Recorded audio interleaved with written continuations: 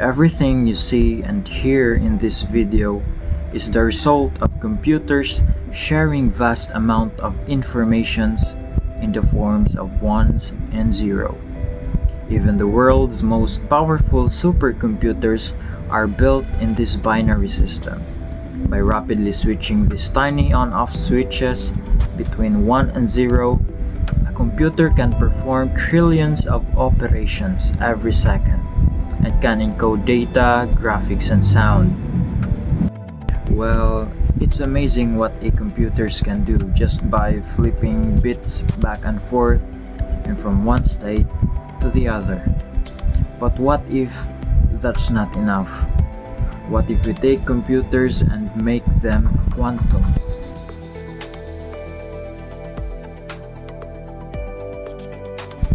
Up until now, we made computers faster than before.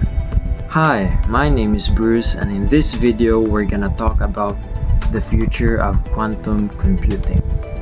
The main objective of this presentation is to show how quantum computing could change the world and what challenges we need to overcome to make it a reality.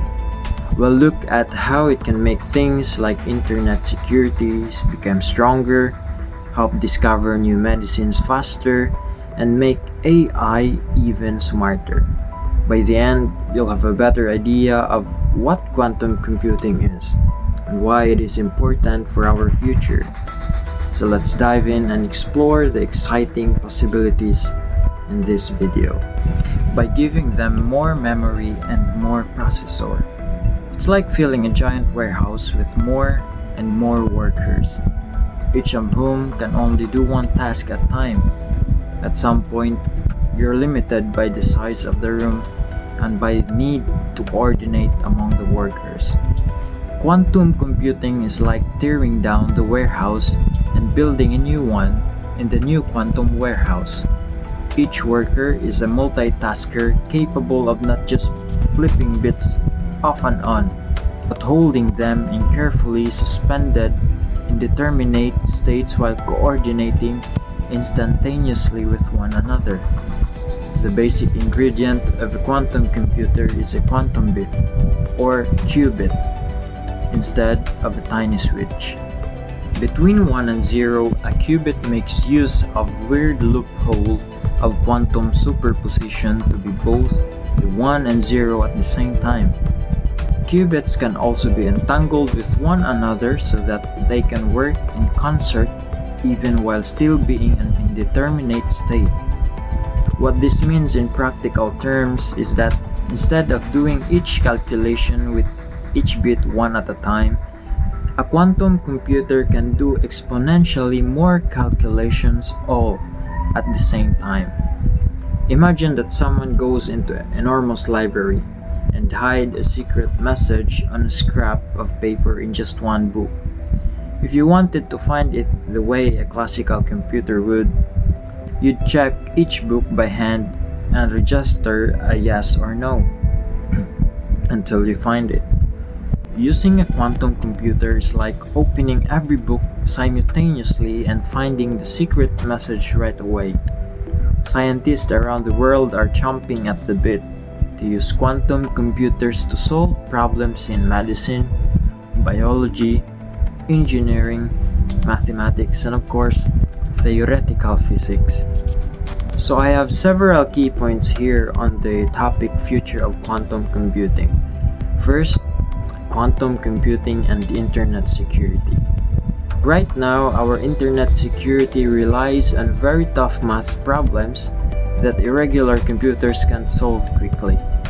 Quantum computers, however, could solve these problems much faster, which means they could break current internet security codes. For example, imagine a safe that takes a regular computer's thousands of years to crack. A quantum computer could open it in just less than a minute. Second one is speeding up the drug or medicine's discovery. The key point here is quantum computing could help discover new medicines faster. Quantum computers can simulate how molecules work at a very detailed level.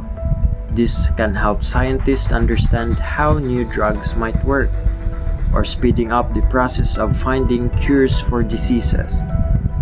The third one is advancing artificial intelligence. Or in other words, quantum computers can make artificial intelligence or AI become smarter or even more smarter.